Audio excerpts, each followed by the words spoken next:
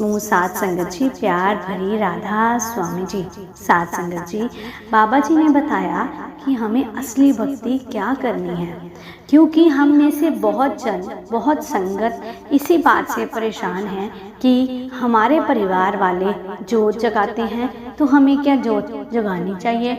हमारे परिवार वाले हमें कहते हैं उस जगह मत्था टेक आओ, तो क्या हमें जाना चाहिए। तो बाबा जी से यही प्रश्न पिछले सत्संग में किया गया। सात संगत जी, बाबा जी ने बहुत प्यार से जवाब दिया।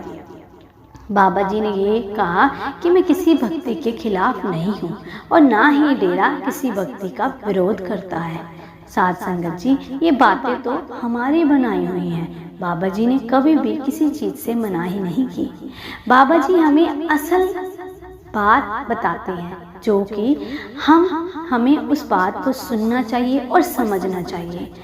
हमें रिएक्ट नहीं करना चाहिए। सात संगत जी, बाबा जी अक्सर कहते हैं कि हम तीर्थ स्थानों में जाते हैं, हम भगवत गीता पढ़ते हैं, हम सुखमनी साहब पढ़ते हैं, हम भगवान की कोई भी किताब पढ़ते हैं, तो हमारे मन को ठोकर लगती है।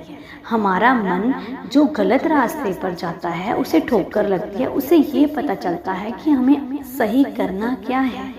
सात संगत जी, सच्चा सतगुरु मिलना बड़े नसीब की बात है।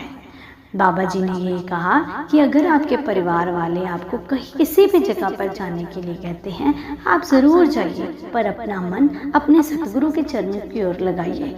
आप कहीं भी जाकर मत्था टेक सकते हैं, क्योंकि बाबा जी ने कभी भी किसी भी भक्ति के खिलाफ कोई बात नहीं की। पर हम में से कुछ लोग सुनी सुनाई बातों पर सच्चा मान लेते हैं, जो कि गलत बात है।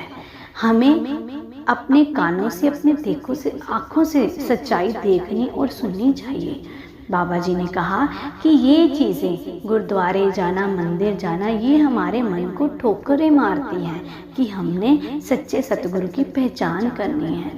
हमें इसी जन्म में सच्चे सतगुरु को पाना है, क्योंकि अगर हम सतगुरु के बिना हैं तो हम डावाडोल हैं।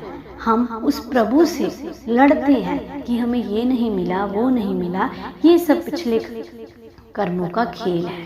तो असली भक्ति हमें उस नाम सिमरन की करनी है। बाबा जी यही कहते हैं कि मेरे आगे मत्थे टेक कर आपको कुछ नहीं मिलना। आपको जो दे दिया गया है, आपने उसी का भजन करना है, उसी का सिमरन करना है, तो आपको सच्चा परमात्मा अपने हृदय में दिखाई देगा, जिसकी असली भक्ति करनी है। तो सात संगत जी, आप भी असली भक्ति की ओर ध्यान दीजिए।